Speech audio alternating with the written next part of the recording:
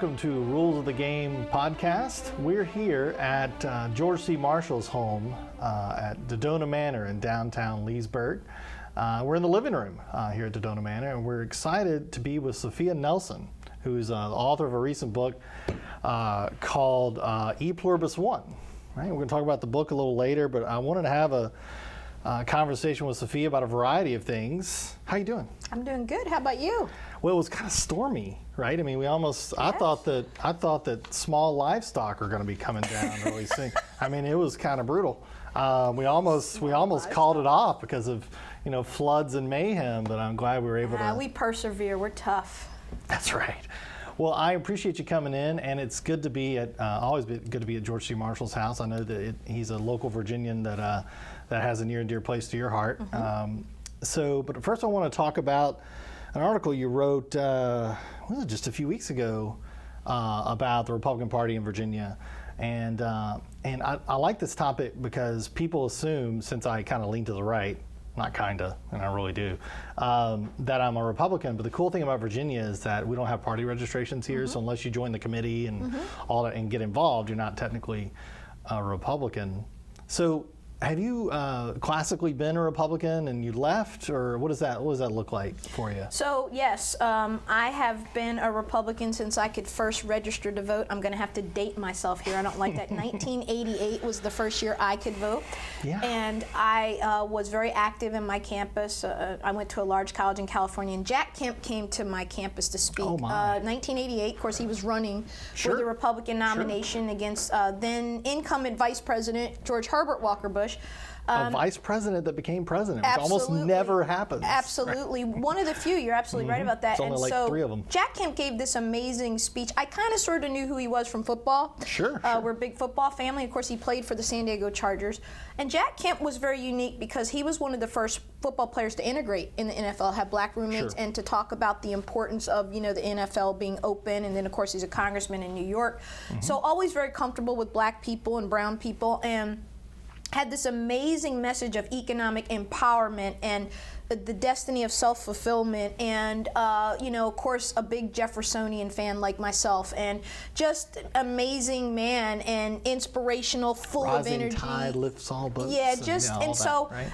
I hadn't made up my mind about who I was going to be politically yet. I grew up in a very heavily Democrat area, but kind of knew that probably wasn't my leanings, a little bit like Alex P. Keaton in my family, I guess, from Family Ties, right? I'm dating myself. Right. But the reality I remember Alex P. Keaton. Jack Kemp was inspirational, and that was it for me. And then I went and became an intern the following year for U.S. Senator Pete Wilson, who was a Republican from California.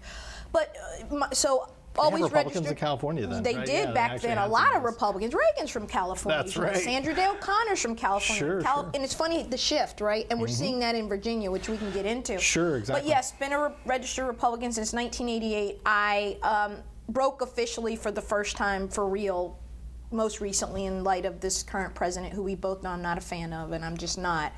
But look, I'm always going to be a Republican at heart and a conservative. What does that mean, though? What does it mean to be a Republican at heart? Well, if you take it in its most original form, Thomas Jefferson, Republican form of government, little r, right? The Republic, the Republican form of government is a government by and for the people.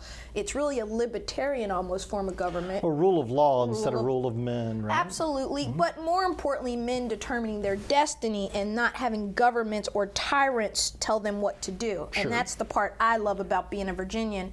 Patrick Henry, all of them, I'm big fans of the founding fathers. Patrick Henry and Jefferson didn't get along that well. Well, of course they wouldn't, but Jefferson and Hamilton didn't like each other. That's true. That's true. We can get into all that, but Hamilton's on the ascendancy. He's all popular now somehow. Well, the play was pretty amazing. I don't know. Have you seen it? I haven't. I've seen clips of it, and I haven't seen. You would like it. I'm sure I would enjoy it. It does a great job, but he was a founding father who was actually Thanks for catching me on that, though. Like, it's official now. Yeah, I have to tell the whole world that I haven't seen you didn't Hamilton. see it, right. I'm pretty much culturally irrelevant at this point, right? If I haven't seen it. That's so not we'll true, talk. Let's talk more about Virginia. Right. Now I know that we it's not just about Virginia, but this is where I live, so that's really what matters. Same here. So why is it that the Virginia Party has failed as miserably as they have? Well, you know how to ask the questions, don't you? That is a big question, but let's go back to the article. Sure. I think you're referencing one I wrote in the Roanoke Times a few weeks ago. Yep.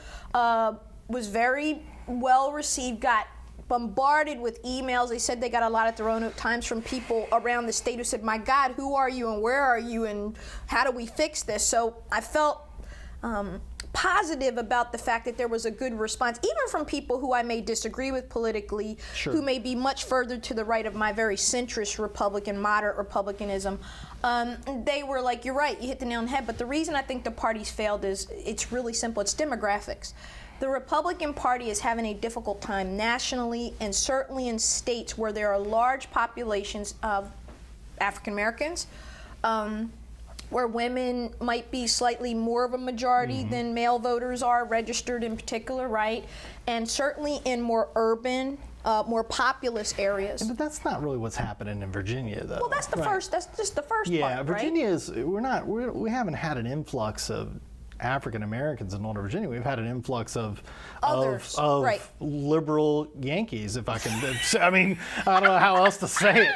I grew up in Louisiana, You said so that, not me, folks. yeah, and I know. love I said Louisiana, it, by but the way. we have an influx of No, but let me finish the thought. progressives that have come to Northern Virginia and dominated our politics. Right, but I think the answer is because let's. You're right about the demographics nationally. I'm just saying in Virginia. Yeah, it's but not in Virginia quite it is. as- It's not an influx of African Americans, but we make up 23% of the. Remember, there's one black governor who's been elected since Reconstruction. Well, Massachusetts, Wilder, Deval Patrick, yeah. but Wilder. Yeah. And he did that because he put together that early Obama coalition long before there was an Well Obama. before Obama, And he knew right. he had to get. This is a very rural. It's a very red state. It's Alabama and New Jersey. That's what Virginia is. It's New Jersey in the north New and Jersey's Alabama winning below at the Richmond. moment. That's right, the difference, but that's right. because of the population and the density of African Americans are 23% of the voters here. Sure. And of course, as you go deeper south, look at South Carolina, almost Yeah. 40%. Look at Alabama. Look at Mississippi. You're talking huge numbers. Louisiana, huge number of black voters there. But I think in Virginia it's less demographic than it is cultural. I think Well, Northern Virginia that was my has, second has part. become, yeah. Yes. So what I want to say is the answer to your question is,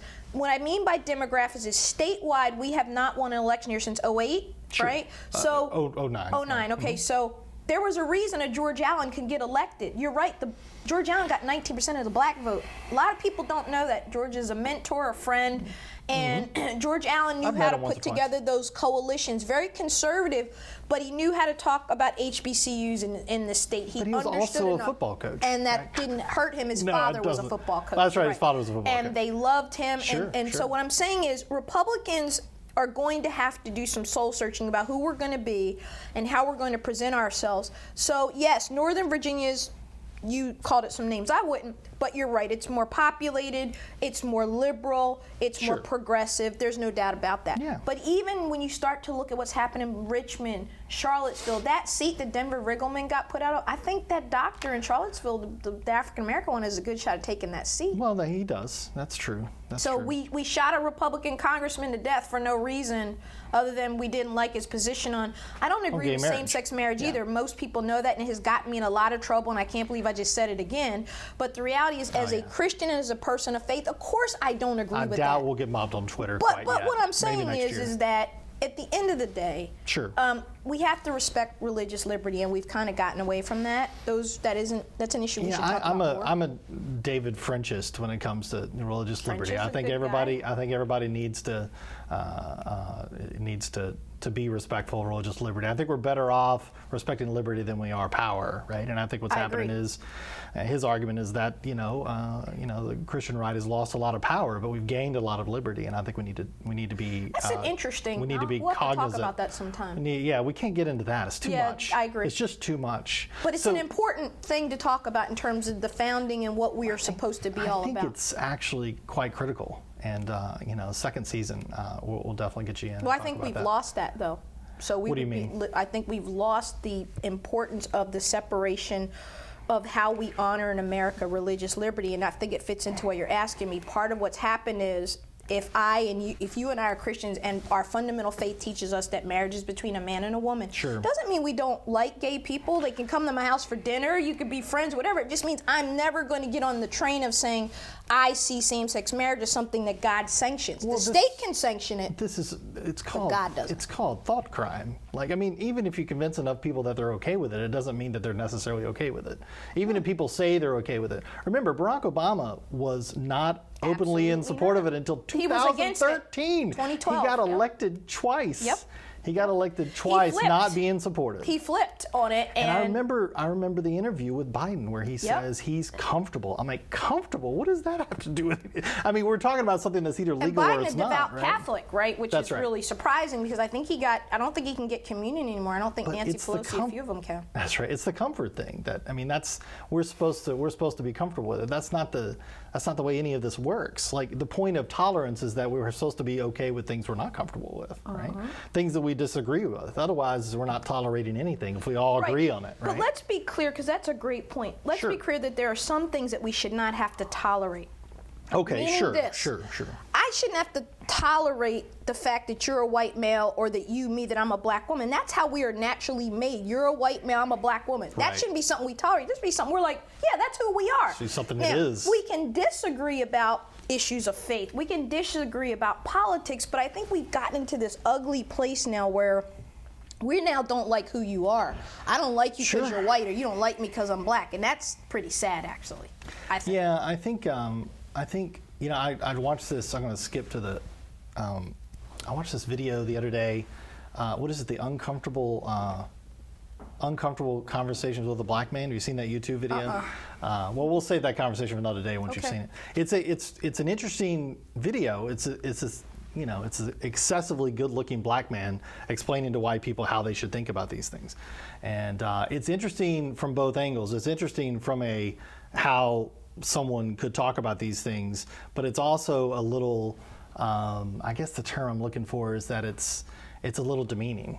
Right, it's a little. The whole white fragility concept is That's a big overall kind of a little demeaning, which we can get into another time. Well, we should do it. You can come on my podcast, but we should That's right. talk about race about that. I think it would be a good dialogue we need to have. Well, but speaking of honor, we recently had the statue right here. I mean, within a quarter mile, half a mile of this spot. We had a memorial statue to Confederate soldier on our courthouse square. The United Daughters of the Confederacy took it down just a couple of nights ago. I think 2 nights ago they came quietly in the middle of the night. Went up in 1908. So I know that at some point you wrote an article somewhere saying that you were supportive of most, keeping most statues, but the other day, I think the line is that it's long overdue. So what are your thoughts on it in general, and do you think it's changed? Or Well, do you not really? I wrote an article, and again, it gets back to this notion of freedom and liberty and who we are and how we respect each other's differences. The book I wrote, E Pluribus One, is the translation of our national motto, E Pluribus Unum, out of many one. And what the founders meant when Charles Thompson coined that phrase in 1780 at the onset of Samuel Adams, by the way, entrusted him to do this. The fundamental foundation of this republic is that we can be different and we can disagree and we can see things differently, but we can still be one nation. Right. And that is a powerful, if you think about it, principle.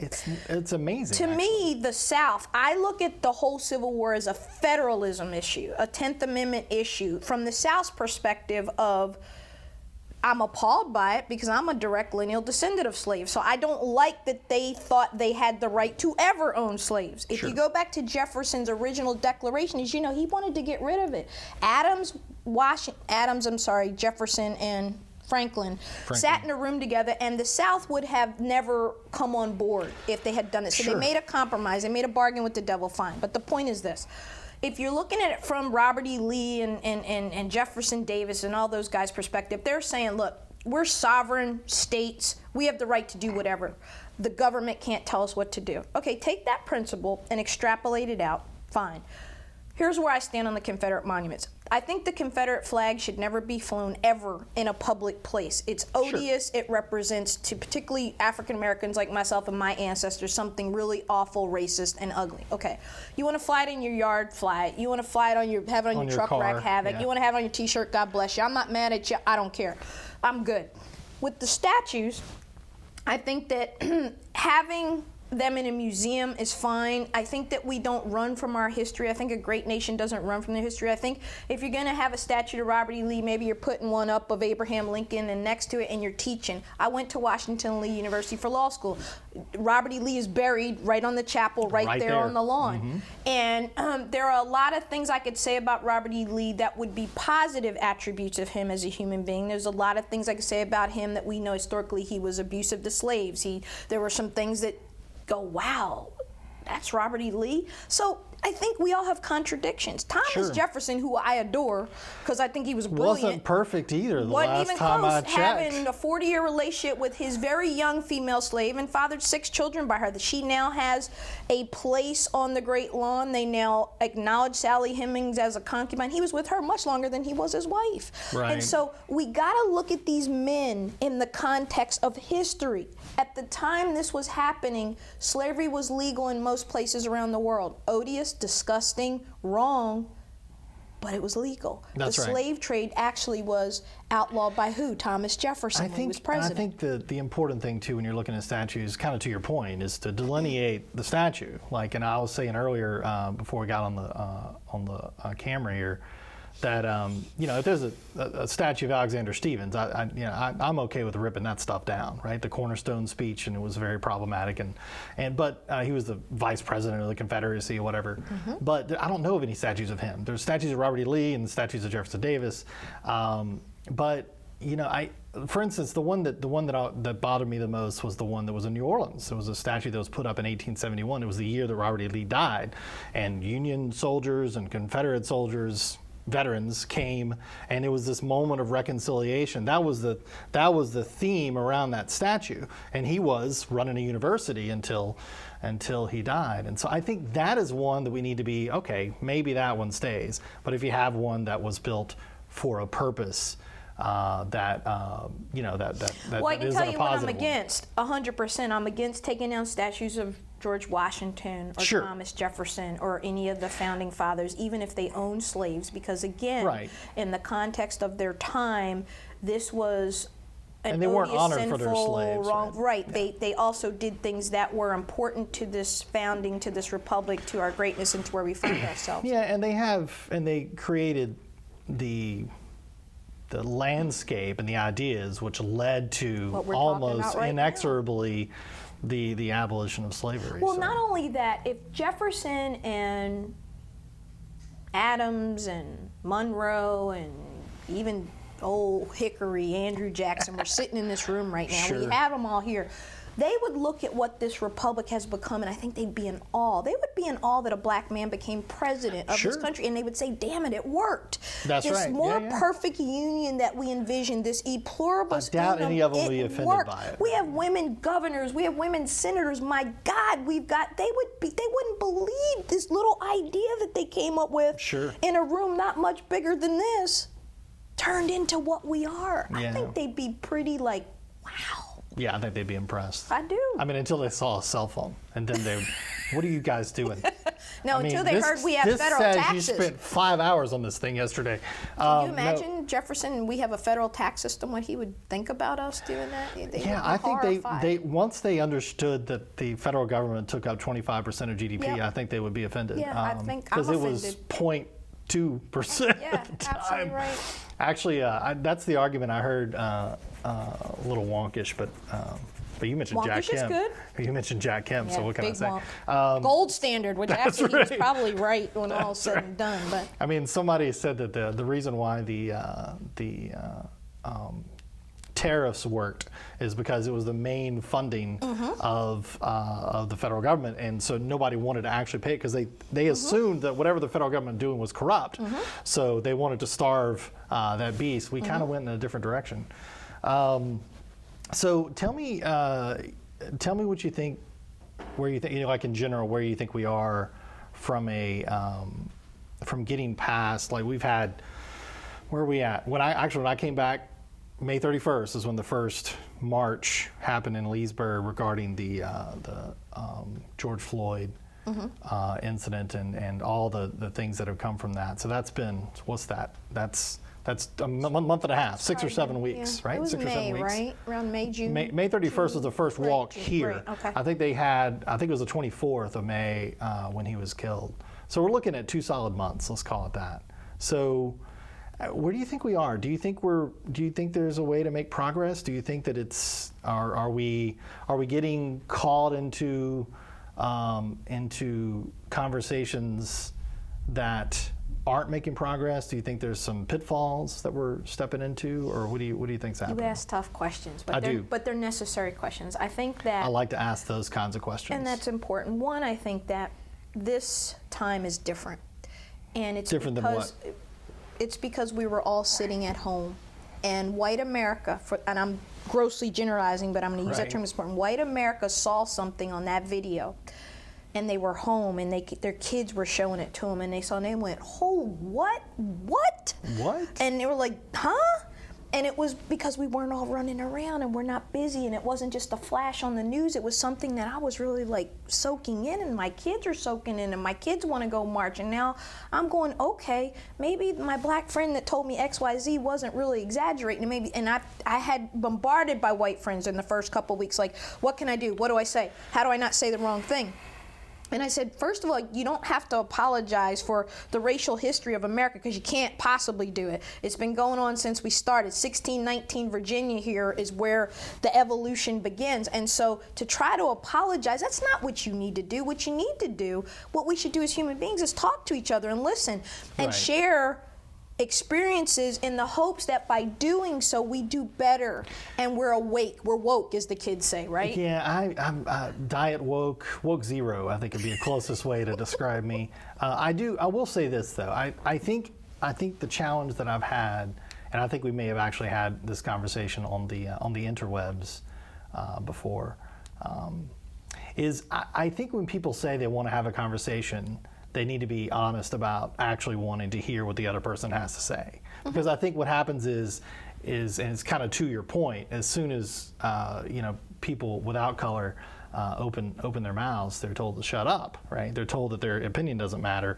and so then we're like, oh, I'm sorry, I thought we were going to have a conversation. So my take is that if we're going to have an uncomfortable conversation and a continual great conversation, then it's going to require everybody being uncomfortable about what everybody is saying. I think you're right. Don't you think? Yeah, I'm not sure I know what. I'll give you an example of some things I saw that I thought were not great, and I had to check a couple folks who were my not of color friends. Were you checking? Right, checking them in this regard. If you want to make an argument about, some people were making arguments that because George Floyd may have had a criminal past that he deserved what he got. Therefore, don't make him, this guy deserved this, so this isn't really a good issue. I don't think that's what people were saying. No, there were some who said exactly that. I think people were saying they're concerned. I think they're concerned about someone being made a martyr and a hero based on, right? I think there are other people that as well, but there are yeah. some people who were being it was ugly. And what I'm there's saying always is, stupid people. if that happens, then we shouldn't have a dialogue. We need to just, if that's we should where just you're stop talking well, right we should now. just stop talking now. Right. But if we're going to, like you said, if we're going to have a dialogue with our white brothers and sisters and our indigenous brothers and sisters, whatever, then yeah, we have to listen, but we also have to be able to say, well, here's how I saw things, and here's been my experience, and then you have to help each other get past the stereotype. White males are very stereotyped right now, right? Is these not nice, they don't like women, they don't like blacks, they don't, that's Obviously. white males. You Right. get a tough way to go right now being a white male, right? From a white male's perspective, my white male friends educate me all the time on, well, I don't think I'm liked very much. I think I'm like a dinosaur. I'm extinct, and I listen because I need to hear.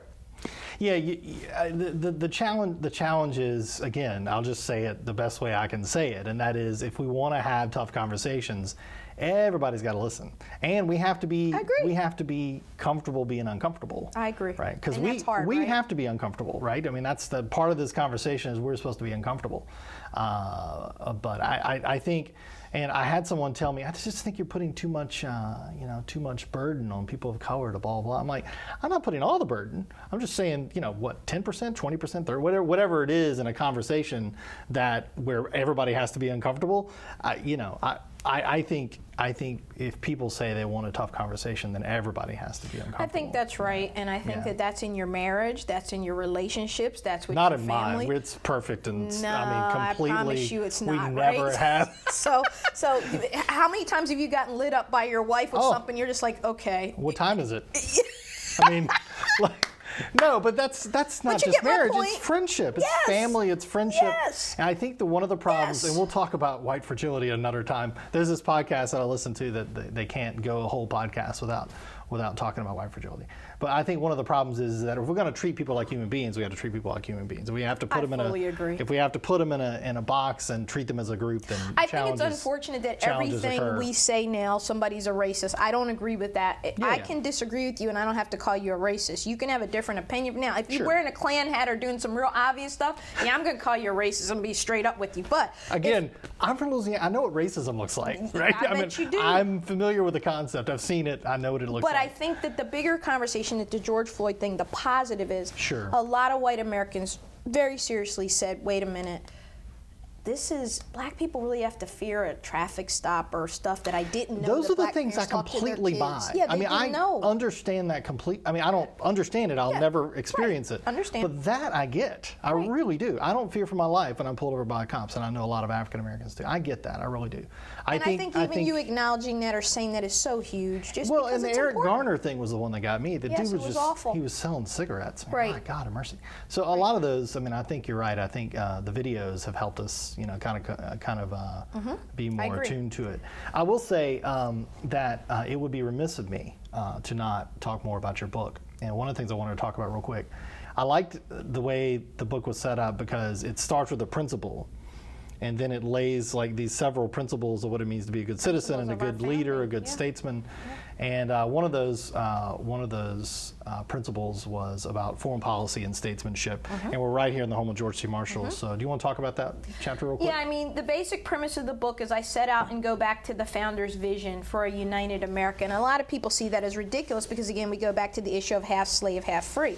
But really, when you get down to the founding principles of who we're supposed to be, we knew that we had Massachusetts and South Carolina didn't agree on a lot of anything, but they were still part of the same union, right? Sure. So I lay the foundation of the founding principles of our country, taken out of our founding documents, right? What we believe in. And statesmanship and foreign policies, had to evolve because we had in our original founding, there were many who didn't believe we should have an army. Standing army, yeah. Or a navy, of course, that's important because you got to protect your borders. But, we had a lot of debate about these things at the Constitutional Convention.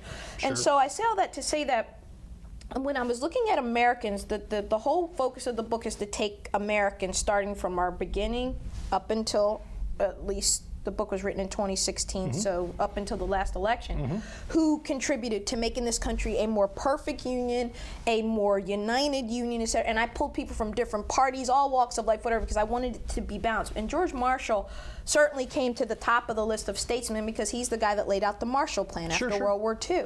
He's a Virginian down the street from my house, your house, right here in Leesburg, Virginia. And an amazing human being, but a leader of men, a leader in this country, a statesman true. What a task to have to rebuild Europe after World War II. We paid for that. We footed the bill. We had to help, rebuild a lot. There was a lot of loss after that Great War.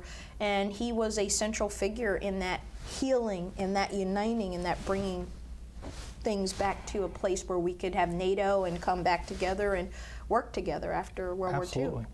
Well, I agree. I think it's that's what it's all about, right? So I think the last thing I need to do, one more thing I need from you, is all of my guests have to give me a rule. Okay, here's E Pluribus One, the book. So everybody has to give me a rule. So you have to come up with one rule. It could be a rule for life. It could be a rule for for these kinds of discussions. It can be a rule for anything. The name of the podcast is Rules of the Game, so everybody has to give me a rule.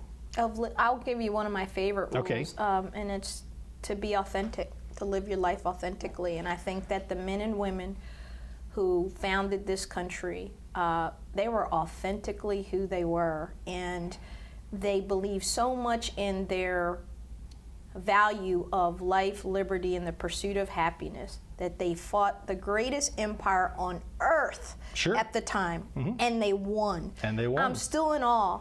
Sometimes when I watch, like Sons of Liberty, and I Sure. love watching John Adams, and I'm a nerd. I love that stuff. Yeah. I love that these guys and gals, these men and women, and slaves fought. And Sure. we have always, in a ironic way, been divided but united, right? Sure. When it comes time to put all in, we circle the wagons. That's right. And we've done it since the beginning, and so they were authentic. America, to me, represents authenticity. At least it used to. Be authentic. That is Sophia's rule.